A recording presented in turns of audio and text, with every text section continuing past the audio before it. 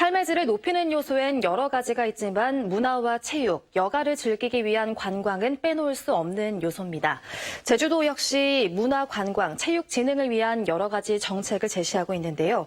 오늘은 이승하 도의회 문화관광체육위원장과 이야기 나눠보겠습니다. 안녕하십니까? 네, 안녕하십니까? 네.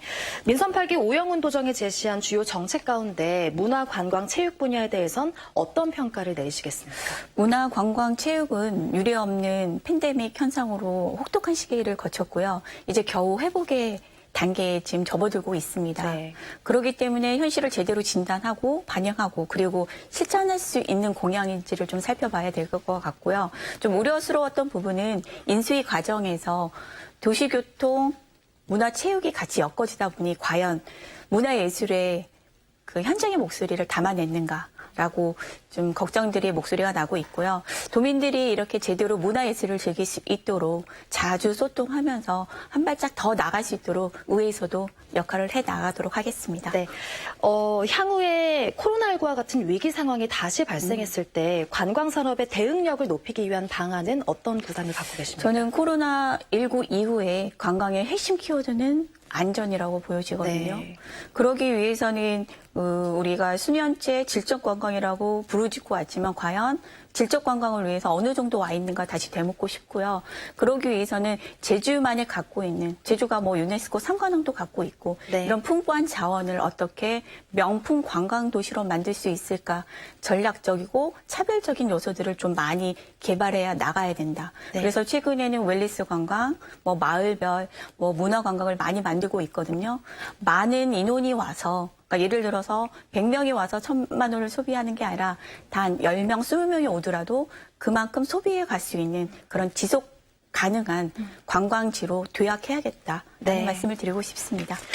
네, 체육계에서는 민선체육회 이후에 사실 좋은 소식보다 안 좋은 소식이 더 많이 네. 들리고 있습니다. 원인은 무엇이고 어떤 해법 갖고 계십니까? 민선체육회장으로 좀 바뀌면서 새로운 그 제도로에 맞춰서 좀 수평적인 관계에서 좀 소통이 원활하게 이루어져야 하는데 지금 뭐 들려오는 소식들을 네. 들어보면 좀 역행해 가는 게 아닌가라는 생각이 들고요.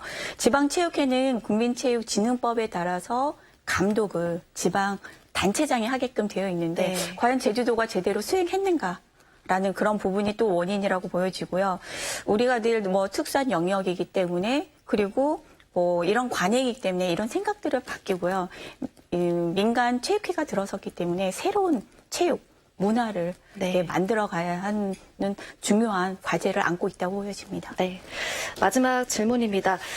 문화관광체육위원회의 전문성 부족이나 관련 예산의 지역구 나누기 비판은 사실 어제 오늘 일이 아닙니다. 어떤 해법 갖고 계십니까? 전문성 부족, 예산 나누기 이거에 대한 해석은 조금 정정할 필요가 있다고 네. 보여지고요. 지금 11대에서 그렇게 한 부분에 대해서는 뭐 출전기관의 방망 경영 그리고 경영평가 뭐 최하위 집행 실적이 너무 낮다 보니 약간 페널티 개념이 있었던 것 네. 같습니다. 근데 그런 부분에 대해서 오해를 일으킨 부분에 대해서는 반드시 우리가 좀 책임감을 저도 공감을 하고요.